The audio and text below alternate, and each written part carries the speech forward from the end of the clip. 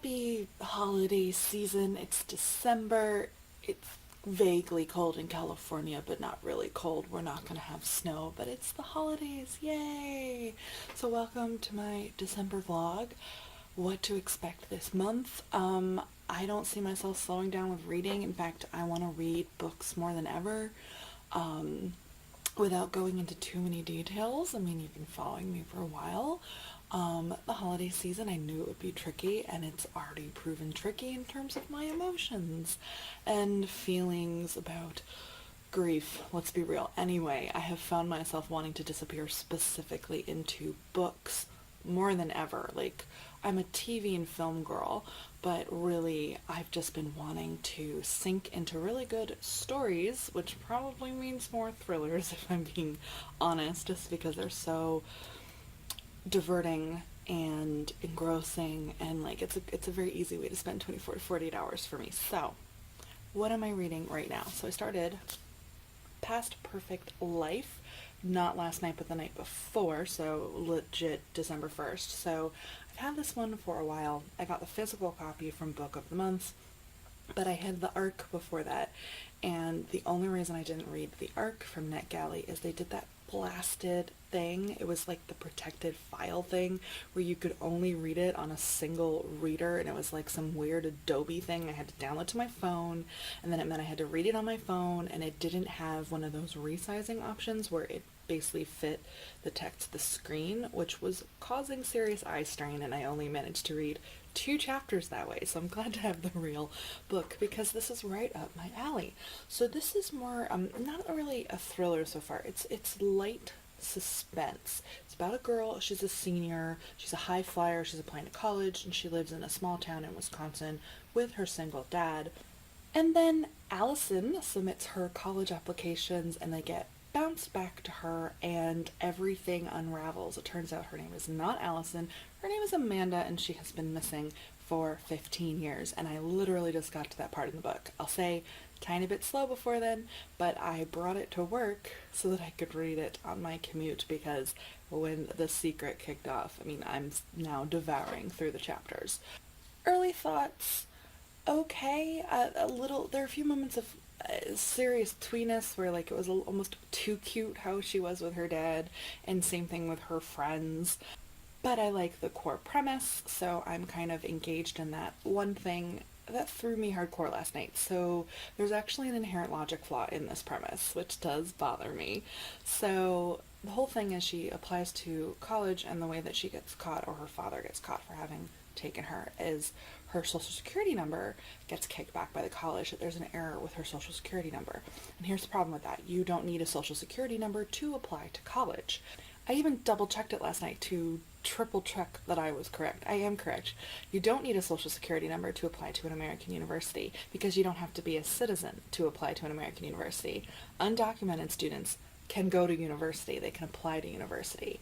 Now, you might need your social security number for certain financial documents, but those would not be directly submitted to the university. It's in fact a privacy and a data kind of problem to have a university require or take your social security number. So the whole thing where the university reports a problem with it, and it like pings up against like they ran it through their system and it registered an error, she got an automatic response, simply would not happen. Also, I think that if someone had kidnapped a child and was trying to keep that a secret, why the heck would he give her even a fake social security number to quote unquote apply to college? Now, I think you need a social security number for your FAFSA. It's been such a long time since I even touched the FAFSA. And that's the thing. My mom did my FAFSA. Not because I was kidnapped, but because she didn't want me to know her income. And that's the thing. So I'm a little surprised that her dad didn't quote unquote do the forms for her to keep this secret, which would have unraveled anyway, because then they wouldn't have gotten any financial aid. So generally, anytime you enter into anything that requires forms that involve confirming your identity, if you are running a scam or if you've been kidnapped, it's going to unravel. So it would have just taken small tweaks to have the same outcome, but I was kind of like, that wouldn't happen. But regardless, I'm along for the ride. It's the most wonderful time of the year when it rains in Los Angeles. Hello. The rain has flipped all my hair out. I finished Past Perfect Life yesterday. Once I hit the inciting incident, which I had hit by the time I filmed my vlog yesterday, it was all downhill from there. I could not stop reading. I did see Frozen 2. I'd already seen it, and I was like, oh wow, this movie was made for me. So I saw it again, no regrets. And then I stayed up way too late till like 1:30 in the morning, finishing Past Perfect Life. One thing I'll say, it is not a suspense novel, like even in the slightest. Like maybe the first 100 pages are semi-suspenseful because you've read the back cover copy, so you know that the main character has been kidnapped and you're waiting for the other shoe to drop. But it's basically a high concept contemporary. No regrets, glad I read it, was right up my alley. The emotional conflict and stakes, I was so angry on the main character's behalf. I had so many feelings, and that is the sign of a good book. So if you are a contemporary fan, like you like high concept, high stakes contemporary, this is a good one, because it's basically about a girl who finds out because of college applications that she was kidnapped from her mother when she was 3, and things get really intense from there. I was super invested, super satisfied. Like, I have a couple little quibbles, but nothing like dinging star worthy. I think I have to give this one 5 stars because it was such a good read. And I'll go into detail in my wrap up, kind of what those tiny things were and more about what I think. And naturally, I started another book on the train. It's The Girls' Weekend by Judy Gehrman, adult suspense novel about a girls' weekend. Are you shocked?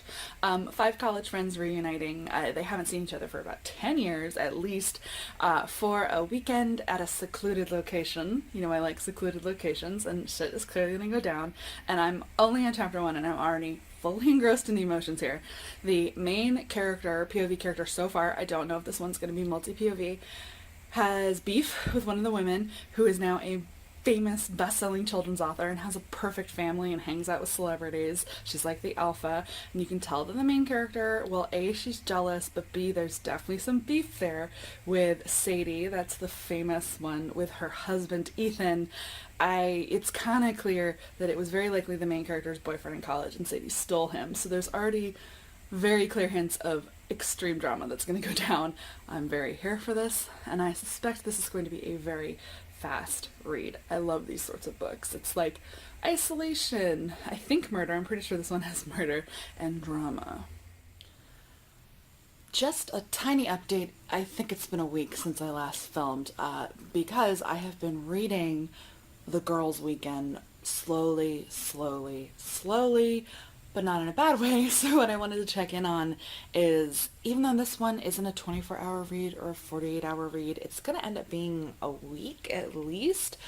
It's my commute read for the week. I haven't felt like reading at night, basically. I've been really stressed and really busy. But it's been my commute book. So I've been reading a little bit of it in the morning and at night on the train on my Kindle app. And what's important to know is I'm really loving it, and I'm wanting to return to it, and I'm looking forward to it when I do my commute. I mean, it's at least a 4-star book. It could be a 5. I'm really keen to see where it goes. I'm at like 60%, 60, 65. And I have a longer ride this evening. I'm going to Pasadena because I'm going to Disney tomorrow with my friend from Pasadena, so you'll see some Disneyland stuff. So I've got a longer bus ride, and I might finish it tonight. And it's really juicy, emotionally juicy. It continues to be emotionally juicy. Like, I just hinted at conflicts in my previous update because I wasn't that far into it, but I knew I liked it, and I like it even more.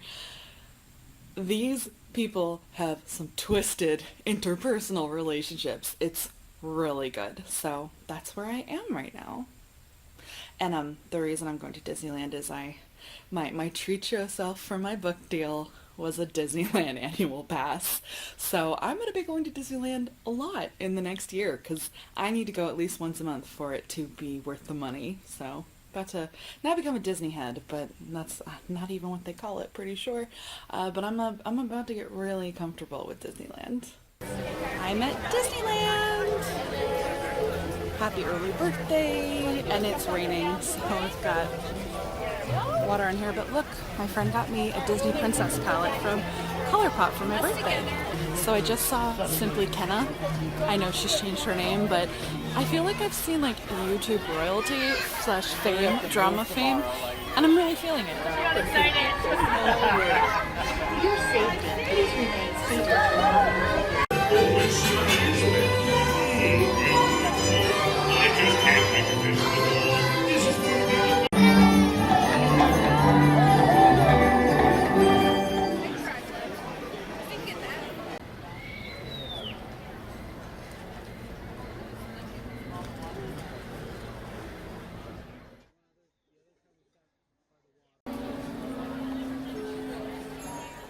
Disneyland accomplished, and now I'm an annual season pass holder, so I have to go back. I don't even know how much usable footage I got. I mean, you'll know because this comes after.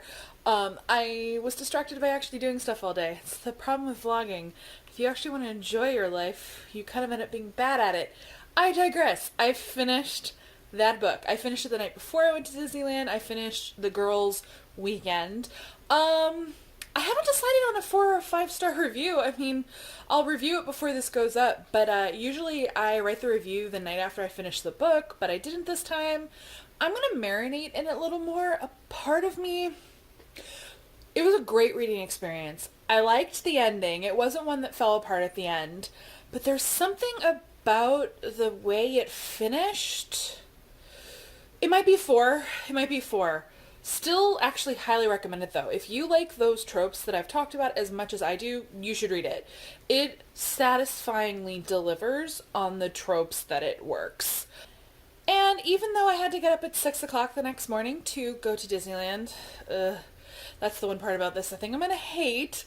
I started another book. It's kind of this thing I like to do where it's like, well, let's give a taste of the next one, like see if this is my next read, because sometimes if I don't start a book right away, even if I just read a few chapters, I get into a book slump. So I randomly selected a recent NetGalley, as I do so often, where you see the titles, you're like, I don't remember any of these. So I started Have You Seen Me by Kate White. Only read like 3 chapters so far, but you start off, this woman has just arrived at work, but she's forgotten her key card. Someone lets her into the office, and she doesn't have her office key, so she goes into the conference room to wait for her administrative assistant, and then the guy that she had kind of a thing with at work, but they kind of broke it off, shows up, and he is super shocked to see her because she hasn't worked there in years. And so the main character has temporary amnesia. She goes to the hospital and within 1 chapter remembers, oh yeah, I left work there, I met a new guy, I'm married. It all comes back to her except for the last day or so and why on earth she lost her memory in the first place and showed up at her old workplace. And that's as far as I've gotten. So it's gonna be like kind of like an amnesia, things aren't as they seem kind of book, I'm guessing. Already really intrigued by the opening though, so I am keen to dive into this one. Alright, I finished Have You Seen Me yesterday, which was my birthday. Sorry I haven't been vlogging. It was that thing where I've been crazy busy. It's been so busy at work and in life, where I was reading Have You Seen Me as my transit book this week. It's been working out to mostly read my books on the train, to and from, on the go, rather than breezing through them in 24 hours by reading them at night as well. I'll tell you, if I had filmed a vlog at like the 70% mark of the book, I would have been telling you this is a 5-star read. I settled, I think, on a 4. The ending wasn't bad by any stretch, and it did a lot of things I really, really like. It just, you know, where sometimes you just finish a book and it's like something was missing? That happened with this book. However, it still gets my wholehearted recommendation if you like...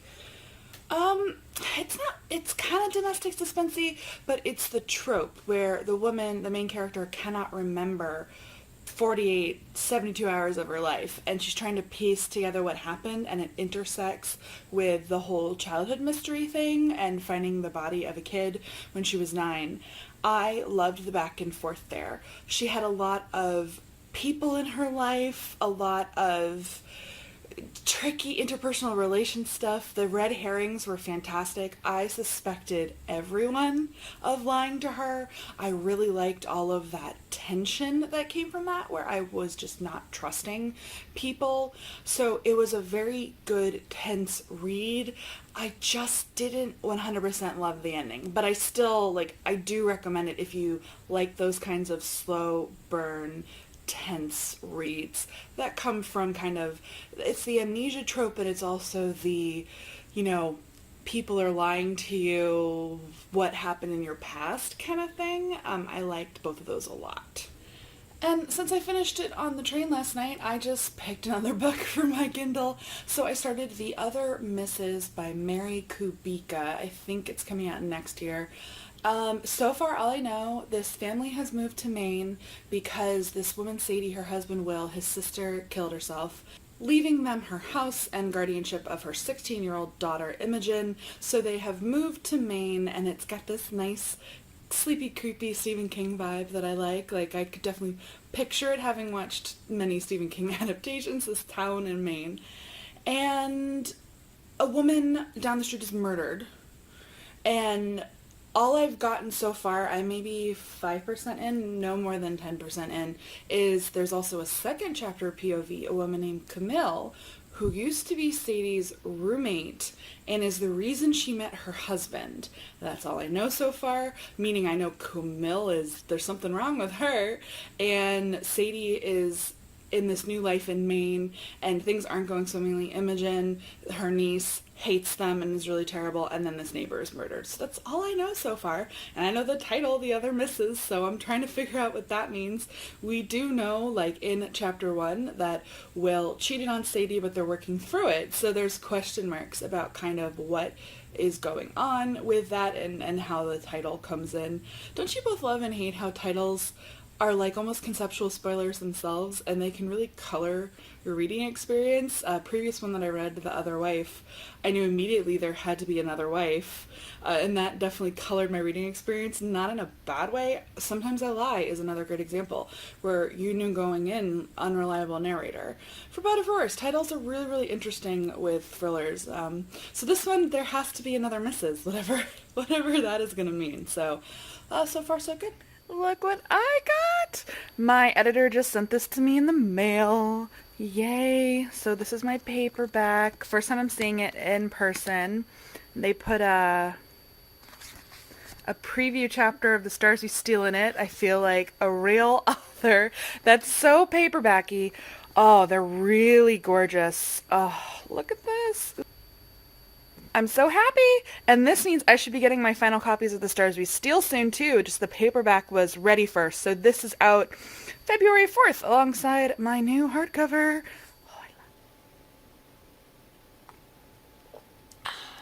Happy post-Christmas. I skipped right over Christmas vlogging-wise because I was at my friend's house, and vlogging in the presence of other people is honestly super, super awkward. So here we are. It's December 26th, and I finished The Other Misses by Mary Kubica. And I read so much and so far ahead, I didn't do another update in the early part, that I'm gonna have to be careful how I even reflect on it, because spoilers. This book has a lot of twists and turns, which is obviously what you want to hear about a thriller. It went in some places I very quickly expected. There were a few sleights of hand where I was like, I think I know what this is doing. And there were a few things that I didn't expect. It went in some really interesting directions. Ultimately, think I liked it. 4 stars. Good reading experience. I do think this book is going to be polarizing. I think some people are going to hate it. And because there's a thing it does. I won't call it a trope. It's just a thing it does. And I'm going to talk about it spoiler-wise in my review. And it'll be my Goodreads review as well under a spoiler tag. Because it's something that I think some readers are going to want to know, because it will impact whether or not they read the book. But it's a thing historically that has not bothered me. It's been in other books I've read too. It doesn't bother me, so I was along for the ride. There's just a knock at the door. A box has arrived, and I think I know what it is, so we're gonna go see. Alright, this is a box from my publisher. It's very large. So Ooh.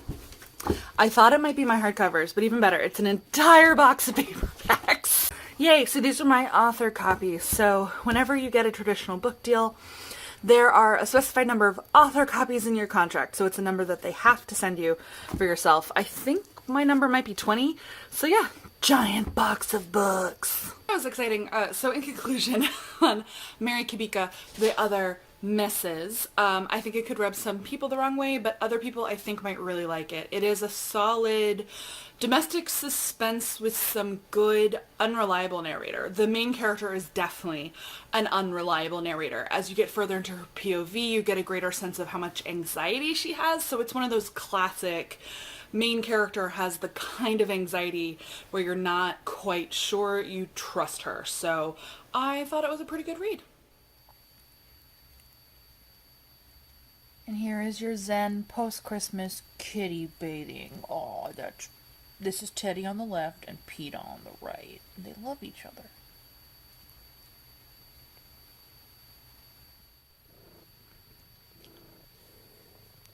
I'm trying to read, but this is happening. PETA.